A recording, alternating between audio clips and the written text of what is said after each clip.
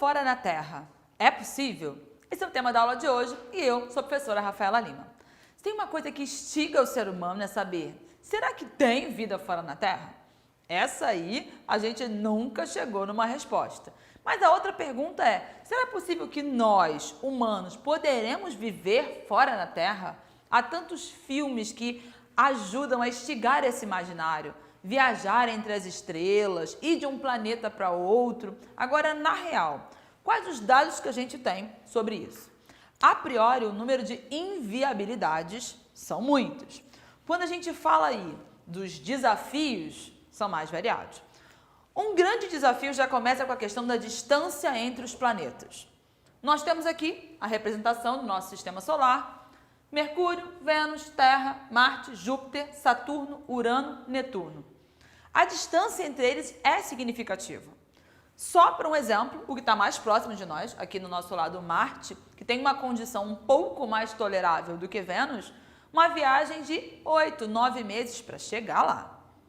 Então, a distância é significativa. Quem dirá chegar no final do sistema solar? Absolutamente inviável, uma trajetória de anos e anos e anos.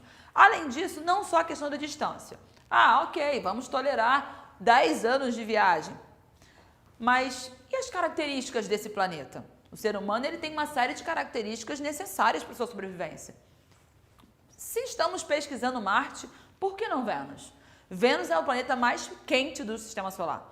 A sua atmosfera tem uma capacidade, uma concentração de gás carbônico muito maior do que a nossa. E você lembra que o gás carbônico é um dos gases estufa, aquele que retém calor. Então, o calor, a temperatura de Vênus, passa de 400 graus. É viável para a vida humana? Não é viável. Fora, a gente já conversou sobre isso, nós temos aqui os planetas rochosos e os planetas gasosos. Então, a constituição, a temperatura, a atmosfera, tudo muito diferente e muito gritante para a nossa sobrevivência fora dessa Terra. A questão das características humanas, óbvio, a gente já comentou aqui, nós respiramos, nós demandamos oxigênio, nós temos uma limitação de temperatura, tudo isso influenciaria. Nós temos aqui na nossa Terra a ação da gravidade, ou seja, há uma força invisível, que é a força da gravidade, que atrai tudo para o centro da Terra. Há força da gravidade no espaço? Sim. O sistema solar está aí, o Sol, estamos aqui girando ao redor dele, atraídos por esse sistema solar. Porém, são gravidades diferentes. A gravidade da Terra, ela permite que a gente tenha um desenvolvimento corpóreo, o crescimento das plantas é influenciado pela gravidade e as plantas são a base da cadeia alimentar. Então, há muita coisa envolvida aí. Uma curiosidade também, baseada em alguns filmes, seriam as viagens interestelares, as viagens entre as estrelas. Pensa, as estrelas são bolas de gás com uma altíssima temperatura a anos-luz daqui, muito, muito, muito, muito longe. Não dá nem para chegar na estrela. Quem dirá viajar de uma para outra? Então, as interestelares, então, as esperanças já vão no nível da impossibilidade. A gente fala de características biológicas, a gente tem que pensar em características sociais, somos seres sociais. Se vai alguns para fora da Terra, vamos formar uma nova população? Haveria possibilidade de estabelecimento em sociedade? O ser humano é um ser social. Então você vê que passa do biológico, passa por análises sociais, análises até mesmo psicológicas. Como seria essa vida? Como seria esse grupo que sai daqui para viver fora da Terra? Como se estabelecer numa realidade tão diferente? Então, muitos desafios. Um último que eu acho, e a gente considera que é um dos menos importantes, a questão do valor. As pesquisas astronômicas e as viagens, os robôs, tudo que é necessário, o custo é muito alto. Mas isso tem sido contornado.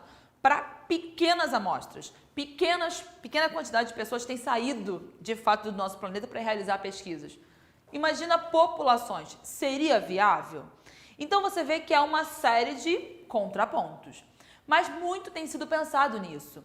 E as pesquisas estão caminhando. A evolução da exploração espacial ela é visível. 12 pessoas já pisaram a Lua.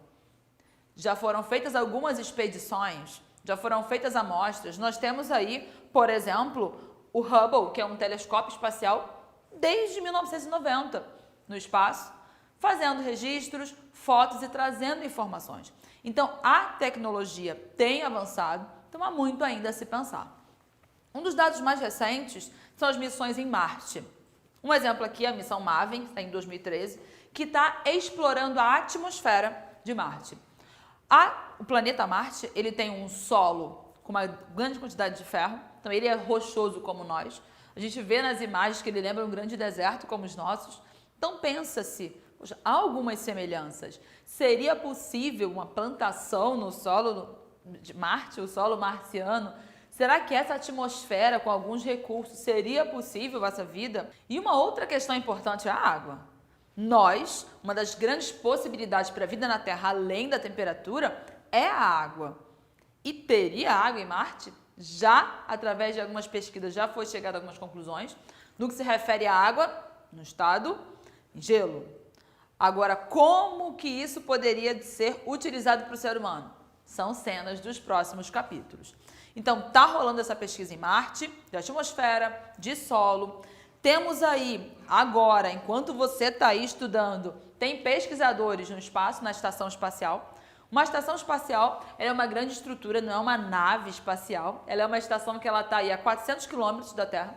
Então, ela está girando, ela está circulando ao redor da Terra. E tem lá pesquisadores, com o objetivo de fazer micropesquisas e simulações e viabilizar como seria essas viagens com uma distância um pouco maior. Então, isso tem sido feito? Está sendo feito nas estações espaciais.